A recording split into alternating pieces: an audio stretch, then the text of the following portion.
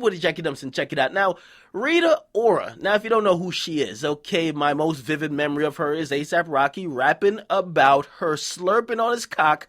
Basically, he came in her mouth and she spit it out. The goddamn audacity, the disrespect to spit out a nigga kids, right? Now, that's what he rapped. He later apologized, but that's how you could kind of know who she is. If you don't know who she is, just Google Rita Ora, okay? Now, she's kind of highly upset. She's highly upset and she wants off her label, which is Roc Nation. Now, I got a general theory, and I think we could all learn from her story, because I think a lot of people chase the wrong things when they want to get to a certain place. Okay, my general rule is this, right? It's better to be somewhere small where you are priority than to chase big names, big labels, big companies, try to sell your soul just to get on like TV or something, and end up being a fucking fossil, collecting dust, a goddamn puppet controlled by people, right? Or just being a goddamn tax write-off like Lil Twist. Yes, what up, Lil Twist? Now, Roc Nation, after they signed her, because in 2008, when they did sign her, right, Roc Nation was a budding record label.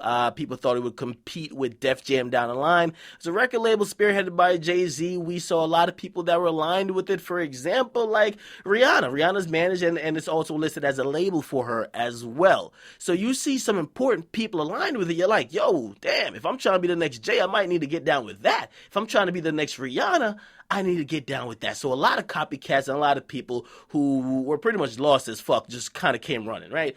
Now, Roc Nation wasn't all about being a label. As I said, labels are antiquated. So what they did is they got into management. They wanted to manage people. That is the new hustle. Okay, Birdman claimed he was managing Rich Gang. The new hustle is saying, fuck all trying to like sell your fucking records. We'll just manage you if you're hot. We'll take 20% off the top and we'll get you some more opportunities because we already got a foot in the game. Okay, so they're managing a couple of people and they're even doing publishing. Now, they got into sports management because that's bringing a lot of money, right? They're managing boxers, Andre Ward, football players like Victor Cruz, Des Bryant, basketball players like KD, and even baseball players. I believe they're managing CC Sabathia. Now, the 20% or even 10 if they're getting 10, which I highly doubt that. 10% of like $100 and something million contract adds the fuck up. So believe me, they're definitely cashing out, right? So the company is realizing where the money's at. Fuck this music shit. Let's really focus on the sports management shit. Now, what they did is basically the guys who were working on music before they start shifting around people. It's kind of like musical chairs and saying, hey,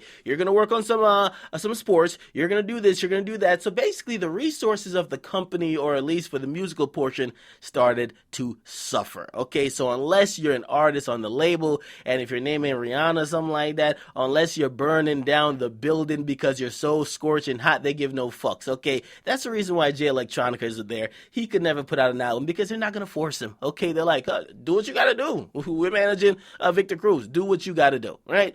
Now, this is my general rule as well, okay? And this is before we get into her gripe. My general rule also is this, and you can think about this for any label, right? If you could name 8 people more important to a label than, and I'm talking about within the same genre, 8 people more important than your favorite rapper or singer, whatever it is, on a particular label. So look at Def Jam, right? Look at Jeremiah, and then look at everybody else who's in Jeremiah's lane. If you can find 8 people, you can see why he's complaining, because he's not fucking priority. You know what? There's 4 quarters in a year. They're going to focus on one album, really, where they're going to give the majority of their resources, and they're going to do it 4 times a year. Now, the reason why I said 8 artists is because not every artist puts out an album every single year. So the next year, they're going to focus on another set of 4. So if you're not in that top 8, you ain't getting no goddamn focus or release dates. This is what she says, okay? This is a direct quote. She says, as Roc Nation interests diversified, there were fewer resources available and the company suffered a revolving door of executives.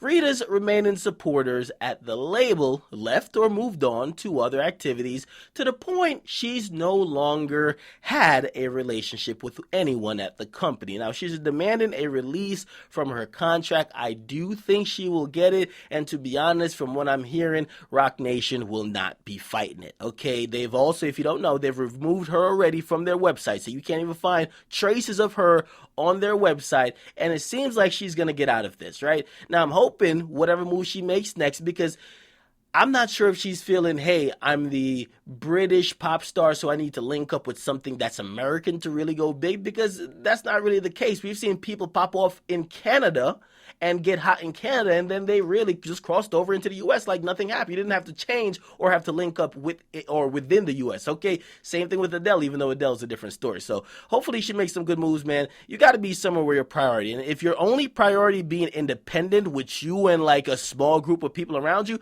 that's where you got to be. Don't be chasing these big companies, because they'll throw you in the back of the bus and say, we're just going to leave you there and we'll give you some money, just kind of give you an allowance. And whenever you get hot, you could kind of skip the line. But until then, we got you.